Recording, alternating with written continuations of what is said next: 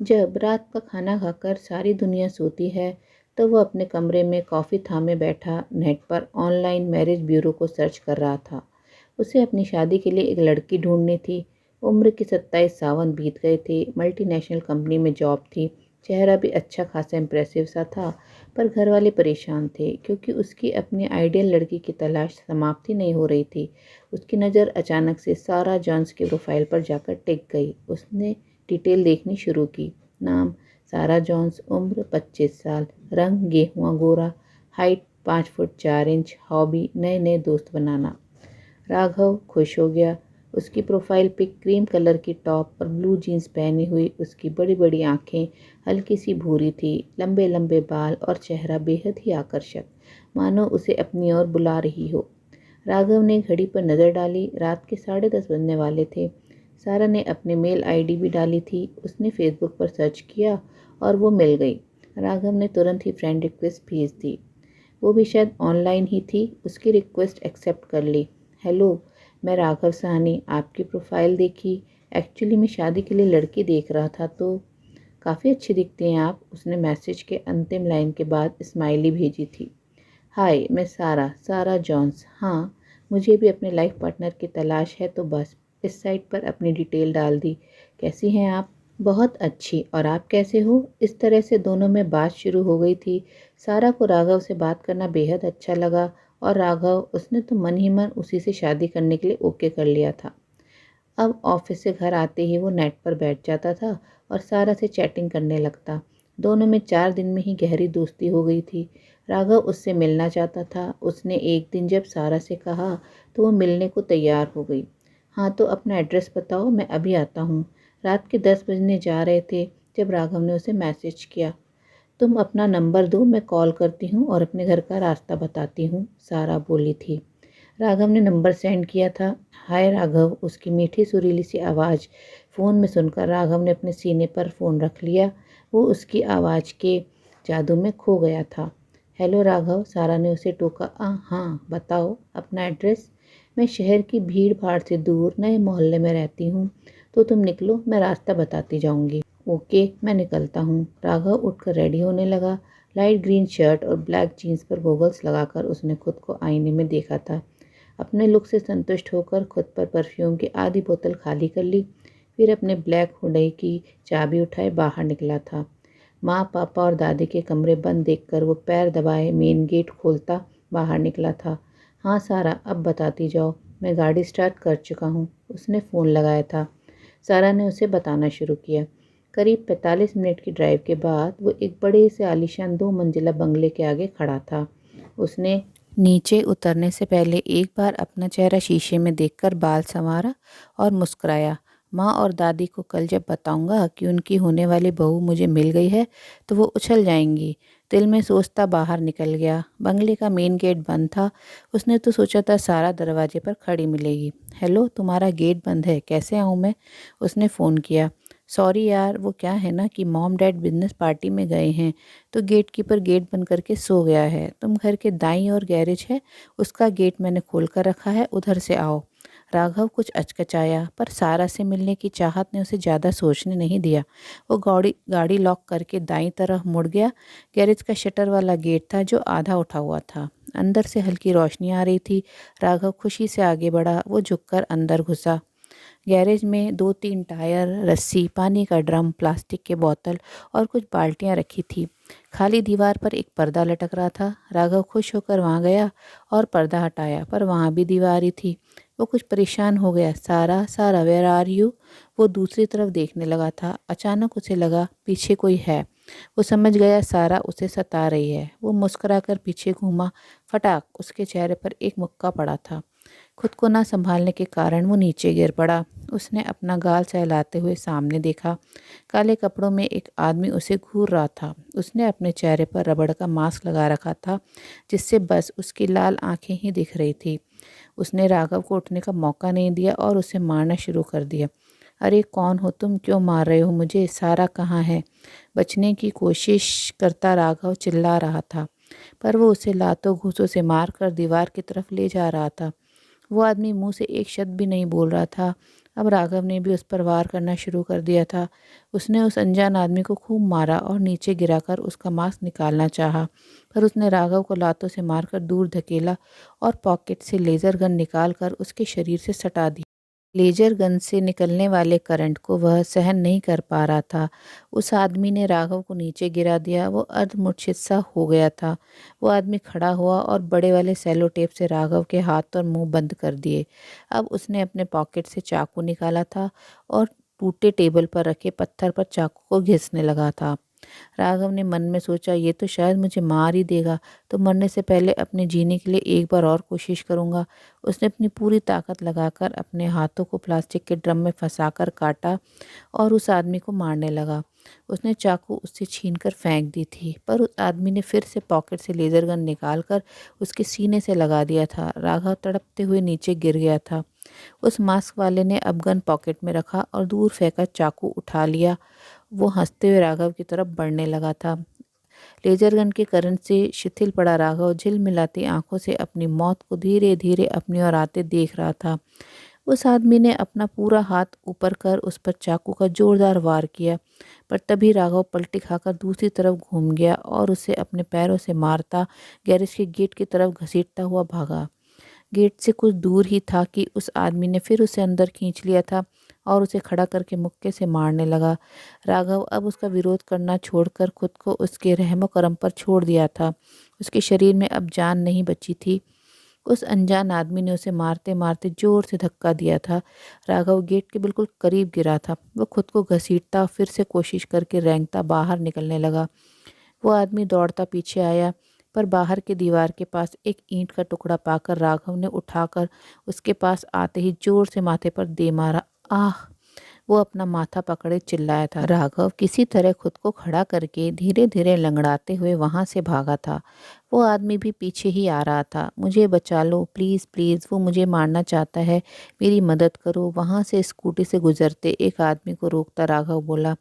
Mask वाला आदमी उस स्कूटी वाले के रुकते ही पीछे हटने लगा था। उस आदमी ने राघव की बुरी हालत देखी और उसके कुछ दूरी पर मास्क पहने आदमी के हाथों में चमकती चाकू और वो गाड़ी तेजी से भगा ले गया। राघव बचाओ बचाओ चिल्लाता आगे भागा था। कुछ दूरी पर उसे अपनी गाड़ी खड़ी दिखी। वो गाड़ी में बैठा और चल पड़ा था। लेजर गन की करंट के कारण उसका शरीर शिथिल होने लगा था। धीरे धीरे उसके हाथ पैर सुन्न होने लगे। कुछ दूर जाकर वो स्टीयरिंग भी घुमा नहीं पाया और बेहोश हो गया था। चिड़ियों की चहचहाती आवाज से उसकी आंख खुली थी। वो खुद को गाड़ी में सेफ पाकर तेजी से गाड़ी घर की तरफ भगाकर ले गया था। घर पर सब सोए ही थे। वो अपने कमरे में आया और सारा के बारे में सोचने लगा। उसे सारा की बहुत चिंता हो रही थी।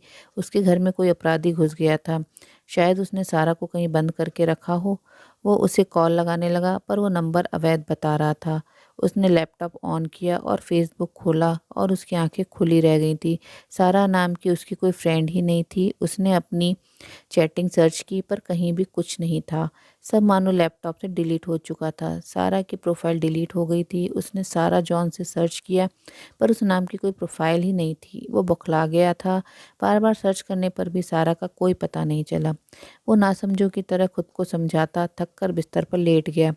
उस घटना को बीते 7 महीने बीत गए थे। राघव कुछ दिन बहुत बेचैन रहा था। उसने लाख पूछने पर भी अपने चिंतित होने की वजह किसी को नहीं बताई। उसका बार बार दिल करता था कि वो पुलिस के पास जाए, पर एक हष्ट-पुष्ट शरीर वाले ओहदेदार और संभ्रांत परिवार के लड़के की इस कदर पिटाई किया जाना और फिर पूरे शहर में उसके बारे में चर्चा किया जाना उसे मंजूर नहीं था। उसने अपना मुंह बंद कर लिया। वो अपनी दुनिया में लौट गया था, पर अब वो अनजानों की दोस्ती से डरने लगा था। वो अब ऑफिस से आकर अपने परिवार के साथ बैठकर बातचीत करता था और देर रात नेट भी नहीं चलाता था। उस रात मौत के मुंह से वापस आने के बाद वो सुधर गया था। उसने अपनी माँ को पूरी छूट दे दी कि उनकी बहू उनके और दादी की पसंद से ही आएगी। उसके सर से आइडियल लड़की का भूत उतर गया था। राघव में आए बदलाव से उसकी माँ और दादी बहुत खुश थी और अब दोनों जोर शोर से शादी के लिए लड़की देखने लगी थी। कुछ दिन बाद उस दिन सुबह हॉल में बैठे सब नाश्ता कर रहे थे।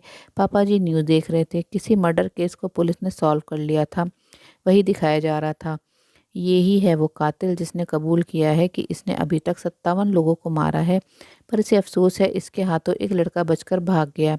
ये हमेशा एक मास्क पहनकर हत्याएं करता था। ये पहले लड़की बनकर फेसबुक से दोस्ती करता था, फिर हर उस जवान लड़के को फंसाता था जो इससे शादी करने की बात करते थे। ये लड़की की सुंदर फोटो लगाकर उन्हें बहकाया करता था और उन्हें अपने घर बुलाता था, पर एड्रेस नहीं बताता था। फ़ोन नंबर देकर रास्ता बताता जाता था। ये एक गैरेज के रास्ते गैरेज का सीन देखकर राघव के हाथों से पराठे का टुकड़ा छूटकर गिर गया। वही टायर, वही ड्रम, रस्सियाँ और चाकू घिसने वाला पत्थर। वो तेजी से उठा और गाड़ी की चाबी लेकर बाहर भागा था। पापा, दादी और माँ चिल्लाते रह गए थे, पर वो गाड़ी भगा ले गया था। पुलिस स्टेशन के अंदर घुसकर उसने इंस्पेक्टर को देखा था। वो राघव को देखकर बोला, कौन हो तुम? सर, टीवी पर कत्ल के बारे में दिखाया गया है। 7 महीने पहले मैं ही वहाँ से बचकर भागा था। वो हाँफते हुए बोला था। तो आप हैं वो जनाब? इंस्पेक्टर चबाते हुए बोला था। चेहरे से तो आप पढ़े लिखे लगते हैं, पर क्या आपने एक बार भी अपनी जिम्मेदार नागरिक होने के कर्तव्य के बारे में सोचा? अगर आपने 7 महीने पहले ही हमें सूचित किया होता तो अभी तक 20-22 लोग भी बच सकते थे। सॉरी सर, मैं लोगों को पता नहीं चलने देना चाहता था कि मैं किसी अनजान शख्स से बुरी तरह मार खाकर आया हूँ। मेरी एक रेपुटेशन है जिस कारण मैं चुप रह गया, और दूसरी बात कि लोग मेरा मजाक भी बनाते। वो बहुत शर्मिंदा था। इतने लोगों की मौत सुनकर वो गिल्टी फील करने लगा था। इसी कारण बिना किसी की परवाह किए घर से भागता चला आया था। ठीक है, पर अब तुम क्या चाहते हो? सर, मैं जानना चाहता हूँ मुझे मारने की कोशिश क्यों की? मैं तो उसे जानता भी नहीं था। आओ मेरे साथ। इंस्पेक्टर उठकर एक कैबिन में जाने लगा था। राघव भी उठकर चल पड़ा। हाँ, तो क्या पता चला डॉक्टर सुदीप? इंस्पेक्टर ने कुर्सी पर बैठे अधेड़ उम्र के व्यक्ति से बोला। आइए इंस्पेक्टर, बैठिए। ये कौन है? उसने कुर्सी की तरफ इशारा करके राघव के बारे में पूछा। यह वो लड़का है जो उस कातिल के चंगुल से बचकर भाग निकला था, इंस्पेक्टर ने रुष्टता के साथ कहा। तुमने अगर उस वक्त पुलिस को इन्फॉर्म किया होता तो ये कातिल पहले ही पकड़ा जाता। एनीवे, ये एक सीरियल किलर है जिसे अपनी नाकामयाबी बर्दाश्त नहीं हुई और ये एक के बाद एक कत्ल करता रहा। राघव शर्मिंदा होते हुए उनकी बात सुनने लगा था। ये विकास जैन है। ये छोटे मोटे फिल्म बनाया करता था। इसकी ख्वाहिश थी कि ये बड़े हीरो हीरोइन के साथ मिलकर फिल्म बनाए, पर कोई भी बड़ा हीरो इसके साथ काम नहीं करना चाहता था। तब इसने एक सीरियल किलर की कहानी पर आधारित फिल्म बनाई थी। उसमें इसने इसी तरह की कहानी डाली, लड़कों को लड़की के आईडी से फंसाना और उन्हें गैरेज के रास्ते से बुलाकर मार डालना और फिर शहर के नालियों में रातों रात उसके लाश के टुकड़े कर फेंक देना। वो फिल्म भी बुरी तरह फ्लॉप हो गई थी, पर इस फिल्म के बाद उसके दिल में लोगों के प्रति बेहद नफरत भर चुकी थी। अब वो दिन भर फिल्म बनाता और रातों को अपनी मर्डर मिस्ट्री वाली कहानी को अंजाम देने लगा था। उसने लोगों को फेक आईडी से फंसाना शुरू कर दिया था। कितने ही लोगों की जान ली थी उस गैरेज में बुलाकर उसने।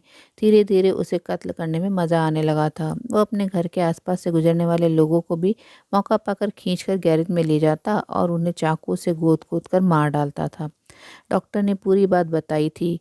वो एक हिप्नोटिज्म के विशेषज्ञ थे। उस कातिल ने जब 3rd डिग्री टॉर्चर झेल कर भी मुंह नहीं खोला, तब पुलिस को उनकी मदद लेनी पड़ी थी। पर उस कातिल तक आप लोग कैसे पहुंचे? सर, राघव कुछ उलझते हुए बोला, तुम्हारी तरह ही समर मल्होत्रा की दोस्ती उससे हुई थी। इस बार उसका नाम शीना था। 4-5 दिनों के बाद उसने समर को मिलने बुलाया था, पर समर ने तुम्हारी तरह सबसे छुपाकर बात नहीं रखी थी। अपने कुछ दोस्तों को बताई थी। उसने अपने दोस्तों को अपनी चैटिंग भी दिखाई थी। वो जिस रात उससे मिलने जा रहा था अपने खास दोस्त दीपक को बता दिया था और लौटकर आने के बाद सारी बात बताने का वादा भी किया था। समर उस कातिल के घर के बाहर पहुंचकर दीपक को फ़ोन भी किया और वहां का एड्रेस बताया था। बदले में दीपक ने उसे बेस्ट ऑफ लक भी कहा था, पर उसे पता नहीं था कि सुबह तक उसका दोस्त उसे छोड़कर जा चुका होगा। सुबह होने तक दीपक ने समर के कॉल का इंतज़ार किया। जब उसका कॉल नहीं आया तो वो उसके घर पहुंच गया, जहां समर के रात भर घर नहीं आने से कोहराम मचा था। सब ने उसके पहुंचते ही उससे पूछताछ शुरू कर दी थी, क्योंकि वो समर का खास दोस्त था। वो लोग अलग अलग सब जान पहचान वालों को फ़ोन लगाकर समर के बारे में पूछ रहे थे। दीपक ने उन सबको पूरी बात बताई और फिर समर के पापा ने पुलिस को फ़ोन किया था। वो लोग जब उस एड्रेस पर पहुंचे थे तो घर का मेन गेट और गैरेज का शटर दोनों ही अंदर से बंद था। पुलिस गेट को तोड़कर अंदर पहुंची थी। घर के बड़े से बाथरूम में विकास हाथों में आरी लिए समर के डेड बॉडी को टुकड़े टुकड़े कर चुका था और उसे प्लास्टिक के बैग में डालने की तैयारी कर रहा था। हमने उसे अरेस्ट किया और थाने ले आए। इंस्पेक्टर ने राघव को देखा, जिसके माथे पर पसीना आ गया था। उसका शरीर कांप उठा था ये सोचकर कि क्या उसका अंजाम भी वही होने वाला था। तुमने अगर पहले बताया होता तो हम ज़रूर उसे पकड़ चुके होते। न जाने इन 7 महीनों में कितने बेकसूर लोग उस सनकी किलर के हाथों मारे गए। इंस्पेक्टर बहुत ही दुख से बोल रहा था। राघव सर झुकाए खुद से घिन महसूस कर रहा था। उसके पास सारे शब्द खत्म हो चुके थे। वो उठने लगा था। देखोगे उस निर्दयी जालिम को, इंस्पेक्टर ने राघव को कहा था। वो रुक गया और इंस्पेक्टर को देखने लगा। खोलो इसे, इंस्पेक्टर लॉकअप के पास आकर गेट कीपर से बोला।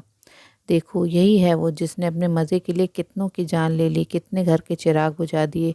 अंदर घुसकर ज़मीन पर जंजीरों से लिपटे शख्स को दिखाते हुए बोला। गोरा चेहरा, बड़ी बड़ी लाल आंखें और दोहरा शरीर। वो राघव को गौर से देख रहा था। कुछ क्षण देखने के बाद वो उसे पहचान गया था। वो ठहाके लगाने लगा था। तो अब आए हो तुम। उस रात को तुम बचकर भाग गए थे, पर एक दिन तुझे मेरे हाथों मरना होगा। चलो, इसकी दिमागी हालत ठीक नहीं है, पहले इसका इलाज किया जाएगा, फिर इसे सज़ा मिलेगी। इंस्पेक्टर उससे बोलता बाहर ले आया था। अब घर जाओ, पर सुनो, आगे से कभी भी किसी बात को छुपाने से पहले उससे होने वाले अंजाम को ज़रूर सोच लिया करना। राघव चुपचाप वहाँ से निकलकर घर चला गया। वो घर जाकर कमरे में रोता रहा था कि कहीं न कहीं बहुत मौतों का जिम्मेदार वो खुद को मानता था। दिन बाद न्यूज़ में दिखाया गया, 57 लोगों को बेरहमी से मारने वाले विकास जैन को फांसी की सज़ा दी गई। कभी कभी अपनी साख बचाने के चक्कर में हम अपने सही निर्णय के बारे में सोच नहीं पाते हैं। अगर वक्त रहते हम सबको सचेत करें और खुद भी सतर्क हो जाएं तो बहुत कुछ बदल सकता है। तो दोस्तों, आज की कहानी कैसी लगी? उम्मीद है कहानी अच्छी लगी होगी। कुछ कहानी डिफरेंट है हमेशा से। उम्मीद है आपको ज़रूर पसंद आई होगी। अगर कहानी पसंद आई तो चैनल को सब्सक्राइब कीजिए, ताकि आगे भी आपको इस तरह की कहानियाँ सुनने को मिलती रहें। तो फिर मिलते हैं मेरी अगली कहानी में। तब तक के लिए आप लोग अपना ध्यान रखिए, खुश रहिए, कहानियाँ सुनते रहिए।